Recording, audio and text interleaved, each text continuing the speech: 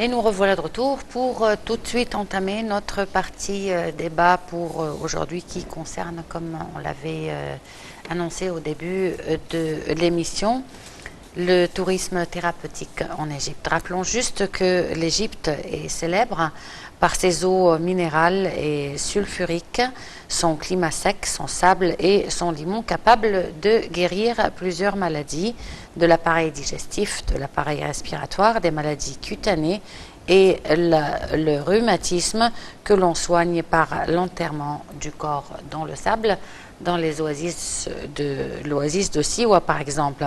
Les eaux de la mer Rouge également, par leurs composants chimiques et leurs récifs coraux, aident à la guérison des maladies de la peau. Et pour parler plus de cela, nous avons le plaisir d'avoir avec nous Monsieur Simon Al-Saher, expert en tourisme. Bonjour. Bonjour. Ravi de vous avoir avec nous. Merci. Bonjour monsieur. Donc le tourisme thérapeutique, ça existe depuis longtemps, mais ça commence à avoir un grand essor en Égypte récemment. Alors que l'Égypte est parmi les pays connus par les médecines naturelles, mais le tourisme thérapeutique, donc on peut dire, se relance de nouveau. Et oui, l'Égypte dans le dernier temps, on peut dire depuis quelques années, et surtout dans la dernière année, ça veut dire 2019, une grande décision politique a été pour qu'on fait une grande marche envers un nouveau domaine du tourisme, c'est le tourisme médical thérapeutique. On a les deux. Alors, parmi nos exemples du tourisme médical, c'est qu'on a une déclaration qui a eu lieu depuis quelques mois par le chef, le président de la ville de Badr, qui serait à côté du Nouveau Caire, pour que ce soit une nouvelle création sur 45 hectares d'un des plus grands centres médicaux du monde entier, avec un héliport, avec 30 centres de soins professionnels, avec un grand jardin pour la production des herbes médicinales, d'une façon que ce soit non pas seulement un centre pour la nouvelle capitale, mais un centre pour lequel vient le monde entier, que ce soit du Golfe ou de l'Afrique, et peut-être même de l'extérieur de l'Égypte, pour recevoir des grands soins médicaux, d'une façon que l'Égypte soit un pays compétent pour les pays qui sont autour, et en même temps, la création d'un revenu pour l'État. N'oublions jamais que les pays comme les pays européens et les États-Unis ont actuellement des prix trop élevés, malgré le professionnalisme, et ils commencent à avoir des autres pays autour de l'attraction. Par exemple, le Mexique commence à attirer les Américains pour les soins des dents. L'Hongrie commence à attirer l'Autriche et l'Allemagne pour les soins dentaires. On repère aussi la Thaïlande pour les soins esthétiques, l'Inde pour les problèmes cardiologiques. La Tunisie, aujourd'hui, à côté de nous, reçoit à tous les ans 100 000 personnes pour des soins médicaux. Et de là que l'Égypte a trouvé que c'est une grande affaire pour laquelle elle est complètement loin et il y a de l'argent perdu. Et de là qu'on s'est lancé pour un tourisme médical. Le deuxième point que vous venez de lancer, c'est le tourisme off-médical, ça veut dire le tourisme thérapeutique. Et pour cela, l'Égypte était lancée, mais d'une façon discrète, ça veut dire sans la coopération de l'État. Mais aujourd'hui, l'État a pris les grandes démarches pour faire deux coopérations. La première, la coopération gouvernementale pour un grand support à la création des centres géants énormes à réputation mondiale. Et le deuxième élément que l'État a pris en considération, c'est la coopération des grandes universités des facultés de médecine avec ces centres thérapeutiques. Et de là, on a un exemple récent de la part du gouverneur de Matrouh, qui a fait une coopération avec l'université d'Alexandrie, faculté de médecine, pour les centres médicaux qui se lancent actuellement à Siwa. Car Siwa, elle est reconnue par deux éléments. Elle est reconnue par le sable, elle est reconnue par les eaux. Quand on parle de Siwa reconnue par le sable, on a là-bas une montagne ou une colline de quelques dizaines de mètres qu'on appelle la colline El Dakrour. Ce sable de la colline El Dakrour, pendant la saison, ça veut dire on parle plutôt le mois de septembre, mais ça démarre 2 mois d'avant. Et septembre, c'est la plus grande saison où les gens, on les place dans des bains de sable avec des tentes et ils se soignent pour les problèmes des os, comme le rhumatisme et autres. Alors, Siwa maintenant, elle a connu ça comme soin médical, comme soin thérapeutique avec, on va dire, des locaux, mais dès maintenant et pour le futur, ça va être avec la coopération des médecins de la faculté de médecine, d'une façon à éviter les problèmes qui viennent après les soins médicaux. Car toujours, on a deux grands problèmes dans le domaine, et le majeur, c'est qu'est-ce qui se passe après les soins médicaux. Vu que la personne rentre chez lui et il n'y a pas un suivi médical de notre part, et s'il a des complications, on est accusé et on n'arrive pas à résoudre les problèmes. Et c'est l'importance de la présence de médecins pour reconnaître les phases et les étapes qui vont venir après le soin. D'un autre côté, pour les eaux de l'Oasis, on a deux modèles d'eau. Le modèle qu'on va utiliser pour les soins thérapeutiques, c'est l'eau sulfureuse et minérale. Vu que l'Oasis en possède à l'extérieur de son centre quelques sources importantes, ce qui va aider à la création des centres à l'échelle et à la taille et au niveau de ce qui se trouve en Tchèque, à Bucarest et en Hongrie. D'une façon qu'on soit des centres internationaux pour les soins. Et on a un avantage que soit en facilité pour avoir un aéroport, qu'elle possède l'autoroute et elle possède le savoir-faire. Maintenant, pour les soins, aussi bien off-médical, on a une ville très connue chez nous qui s'appelle la ville de Safaga. Et Safaga n'est pas seulement connue, on va dire, pour son climat, mais elle est connue pour quelque chose d'exceptionnel, unique dans le monde entier. C'est les rayons ultraviolets qui sont reflétés par des zones poreuses à un niveau qu'on appelle niveau de mer. Car tous les gens qui ont les problèmes respiratoires et qui ont des problèmes, on va dire, de système respiratoire plutôt, ne peut pas cohabiter les zones qui sont au-dessous du niveau de la mer. Et de là que ça c'est le seul endroit dans lequel ils peuvent résider. Ce qui permet qu'on peut créer des centres dans lesquels on peut vivre des mois et des mois avec une respiration complètement normale et avec un poursuivi médical. N'oublions jamais que cette zone possède le sable noir. Le sable noir, il possède des matières radioactives, comme l'uranium et comme le potassium. Et ça, c'est exceptionnel aussi bien comme zone. On a aussi bien l'enterrement dans l'argile, ce qui aide beaucoup à la digestion et aux problèmes d'insomnie. Et nous, on le possède dans le même endroit qui va être Safaga. Ce qui permet de Safaga d'être un centre vu le soleil, le climat, la mer, le sable noir, la terre argileuse, la nature et les montagnes. Ce qui rend cet endroit un centre mondial de guérison. Si je me déplace de la zone de Safaga, je trouverai encore d'autres zones de grande importance. On a parlé déjà de Siwa, on a parlé de Safaga, mais on va parler aussi bien d'une zone comme Hurghada. Et on va parler des autres oasis de l'Égypte, comme Bahareya, comme Dakhla, comme Kharga.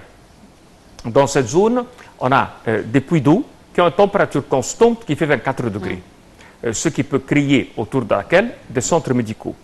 Maintenant, l'Égypte, elle possède deux modèles d'oasis pour les soins. On a les oasis qu'on appelle les oasis du désert et on a les oasis maritimes, comme par exemple la frontière avec Israël et on est proche de la mer Morte. Et comme ça qu'on peut créer deux nouveaux centres avec des activités sportives pour les conjoints et avec des activités pour les familles. Par exemple, on peut faire de la planche à voile, on peut faire de la plongée, on peut faire un tourisme dans le désert avec des 4x4, on peut faire du sport. Et de là qu'on possède plein de modèles qui sont des points d'attraction qui peuvent nous ramener des milliards d'euros et non pas des millions comme l'actualité. Bon, pourquoi un touriste viendrait explorer toutes ces richesses dont vous avez parlé alors que jusqu'à présent, nous-mêmes, en tant qu'Égyptiens, on n'est pas assez informés sur tout cela? Et ça, c'est vrai. L'Égypte, à un moment donné, n'a pas donné de l'importance aux soins médicaux par les locaux, ce qu'on appelle la médecine populaire. Alternative. Alternative, et voilà. Nous étions contre, effectivement, dans les années 60, et même on a supprimé cela. On n'a jamais voulu que celui qui vend les herbes médicales soit reconnu ou autre. On a voulu tout déplacer pour le cachet et pour le chirurgien. Mais aujourd'hui, on a une reconnaissance de ces gens-là, et vu que mondialement ça s'est développé, on a trouvé qu'il y a de l'argent dans le domaine et que c'est efficace et effectif. On est de retour, mais d'une façon professionnelle. Ça veut dire on fait maintenant joindre ce genre de reconnaissance chez les médecins et on fait joindre les locaux avec les universités et la faculté de médecine. Et c'est ce qui va rendre ces lieux célèbres. Et les Égyptiens, petit à petit, vont être, on va dire, non pas seulement reconnaissants, mais utilisateurs du domaine. Il faut aussi qu'on parle de quelque chose, c'est les moyens de bord. Combien ça coûte?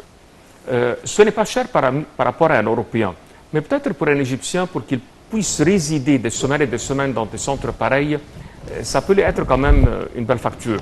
Mais nous, on compare d'une autre manière. Nous, on dit que l'Européen, quand ça lui coûte chez lui 2 000 € par mois, frais de vie. Et quand il vient chez nous avec un billet d'avion et qu'il reste 2-3 mois dans des centres pareils, quand il élimine sa facture de chauffage et la facture d'eau et la location et ses frais à tous les jours, ça lui devient rentable. Par exemple, pour certains soins comme les soins dentaires qui coûtent peut-être en Égypte quelques milliers de livres, la livre coûte égale à 1 €. Alors le client se trouve bénéfique. Et on commence maintenant à recevoir les Égyptiens qui habitent l'extérieur, qui reviennent chez nous pour se soigner. Et je pense que petit à petit, les locaux, ça veut dire les résidents, les Égyptiens, vont pouvoir utiliser ces centres et vont se permettre de recevoir, on va dire, la guérison à leur travers. Et ça aide beaucoup, parce que le plus important à dire, c'est qu'il ne faut pas s'attendre à être à 100% guéri, mais il faut s'attendre qu'on s'améliore par rapport à un cachet qui ne nous a pas aidés. Alors surtout, on se dirige pour les lieux pour être soit dans un état naturel, ça veut dire recevoir la nature qui aide sans le besoin du chimique qui rentre dans le corps, et d'un autre côté, ceux qui trouvent que le chimique n'a jamais aidé, ils commencent à se diriger pour ces techniques-là qui donnent une aide qui est différente d'une personne à une autre. On peut dire ça démarre à 1% et peut-être ça arrive à 50-60%. Et à part les Égyptiens résidant à l'étranger et qui viennent pour se soigner ici en Égypte, quelle est la clientèle visée par ce genre de tourisme? Est-ce que ce sont les Européens, les Asiatiques par exemple, les touristes des pays du Golfe? Ça va être plutôt pour le tourisme off-médical, les Européens. Et pour le tourisme médical, ça va être plutôt le Golfe. Parce que le Golfe a une grande confiance aux médecins de l'Égypte, puis il a l'habitude, vu que la majorité parmi lesquels ont fait leurs études en Égypte, ils ont reconnu nos médecins, nos cliniques, nos hôpitaux, et ils n'ont pas seulement confiance, mais on va dire, ils ont eu déjà la pratique et ça a bien réussi avec eux. Ce qui fait qu'ils reviennent chez nous. Par contre, pour les Européens, ils préfèrent être avec les soins off-médicaux, vu déjà la réputation que nous on a chez eux de la part de ce domaine. Mais pour le tourisme médical en direct, l'Européen préfère être chez des spécialistes. Par exemple, quel pays est spécialiste dans un domaine où il y a un grand centre qui reçoit 100, 200, jusqu'à même 1 million de personnes. Bon, outre ces centres médicaux, il existe aussi des centres esthétiques, pour la beauté esthétique, d'autres pour maigrir, d'autres pour arrêter de fumer, par exemple. Ça existe beaucoup en Europe. Est-ce que nous, on commence à explorer ce genre de centre aussi? Oui, on commence à l'explorer, mais uniquement la clientèle est égyptienne. On n'est pas encore arrivé à un niveau qui attire le monde extérieur. On est encore des débutants. Si on se compare avec le Liban ou avec l'Europe, on est complètement loin du niveau. Ça veut dire qu'il faut regarder les résultats. Mais ça n'empêche pas qu'aujourd'hui, on se développe. Il manque beaucoup pour qu'on arrive au niveau. Par exemple, jusqu'aujourd'hui, l'Égypte ne reconnaît pas ceux qui font des études à l'extérieur pour l'alimentation. L'État ne les considère pas. Voilà, ils ne sont pas considérés comme spécialistes. Ils n'ont pas le droit de pratiquer le métier. Malgré qu'en Europe, ils le pratiquent officiellement. Alors, c'est vrai que nous, on a créé des obstacles. À nous de résoudre nos problèmes pour qu'on arrive à un niveau et un standard international. Sinon, ils ne vont jamais venir. On ne peut pas dire que ces gens-là n'ont pas le droit de... Les nutritionnistes, ils sont reconnus en Égypte. Non, non, non. Nous avons un centre national pour la nutrition en Égypte. Mais ce sont des médecins. Et des nutritionnistes aussi. Non, ils travaillent sous la licence du médecin, mais ils n'ont pas le droit de prescrire ou de conseiller officiellement. Ils sont couverts par la licence de médecin. Oui, mais juste là, parce que c'est un point quand même important.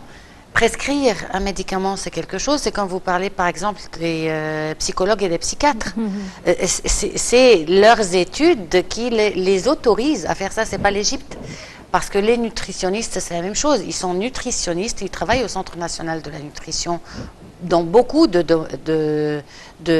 domaines, mais ils ne prescrivent pas Des de médicaments, médicaments oui. parce que leur étude ne leur permet pas de le faire. Leurs études en Égypte, et ceux qui sont gradués du Canada et de l'Europe, leurs études le permettent parce qu'ils ont Ils fait font 4 ans. des équivalences. Non, l'Égypte ne le permet pas. C'est ça le problème. À ma connaissance, ils font des équivalences. En Égypte, j'espère. Oui, parce que c'est quand même... on ne voudrait pas inquiéter les gens. Nous avons le Conseil supérieur des universités qui fait toutes les équivalences maintenant. Tant mieux. Alors si ça démarre, tant mieux. Bon, pour revenir à notre sujet, nous avons aussi des centres qui pratiquent, comme vous l'avez dit, ou la médecine alternative ou la médecine naturelle, mais ce sont des gens, la population locale, comme vous l'avez dit, et ce sont des gens qui ont un savoir-faire, mais qui ne sont pas licenciés ou diplômés pour le faire. Ça, d'une part, c'est une chose qui pourrait peut-être inquiéter certaines personnes, pour être sûr qu'ils sont en de bonnes mains. Ça, c'est une chose. Autre chose, comment est-ce qu'on pourrait garantir que ce savoir ne va pas disparaître? On a besoin de le sauvegarder avant qu'il ne disparaisse. Oui. Et avec les générations, ce patrimoine culturel, médical, il disparaîtra petit à petit. Il y a une grande partie qui a déjà disparu, ça c'est vrai, parce que vu qu'on a supprimé ces métiers des villages et des villes, eh bien, ces gens-là n'ont pas donné leur savoir-faire, il n'y a pas eu un héritage. Mais par contre, à l'extérieur de l'Égypte, le savoir-faire a été transmis jusqu'au niveau qu'il a été écrit, documenté et enseigné. Ce qui fait qu'aujourd'hui, on peut rentrer dans des universités pour apprendre tout cela en Europe et aux États-Unis. Ce sont des études qui varient entre 3 ans et 5 ans. À nous, à envoyer les spécialistes pour faire les traductions nécessaires et remettre cette science en Égypte et former ceux qui ont les talents, ceux qui ont la connaissance dans les petites villes, pour qu'ils soient un pratiquant reconnu et en même temps garanti. À nos jours, ça n'existe pas. Mais on le souhaite, que ce soit dans les plans de l'État pour le futur, pour former ces gens qui ont le talent, pour qu'on puisse se servir de leur savoir-faire, Oui. non pas seulement leur donner confiance, mais que la personne qui est soignée soit sûre que si jamais il y a une complication, la personne devant lui arrive à comprendre, réagir avec. Car à ne jamais oublier quelque chose, qu'aujourd'hui avec les médicaments, les gens vivent plus longtemps qu'avant. Si avant on vivait 40-50 ans, aujourd'hui 70, 80 et 90. Ce qui fait que les gens ont arrivé à un niveau où il y a des maladies que ces locaux n'ont pas la reconnaissance de cette guérison. Et de là l'importance de la présence soit d'un médecin, soit de former ces gens-là pour qu'ils puissent soigner et traiter des gens dans un, on va dire, dans un stade de vie dont leur formateur n'a jamais reconnu. Donc, malheureusement, notre émission touche à sa fin et on n'a pas parlé, par exemple, de la ville de Fayoum et de Luxor et Assouan, donc leur richesse en tourisme thérapeutique. Alors, Monsieur Simon Sawyer, expert en tourisme, merci beaucoup pour toutes ces informations sur le tourisme thérapeutique et médical. Merci à vous. C'est donc la fin de cette édition de Bonjour l'Égypte. On vous remercie de l'avoir suivi. On se retrouve donc demain à la même heure avec une nouvelle édition de Bonjour l'Égypte et une nouvelle équipe. Au revoir.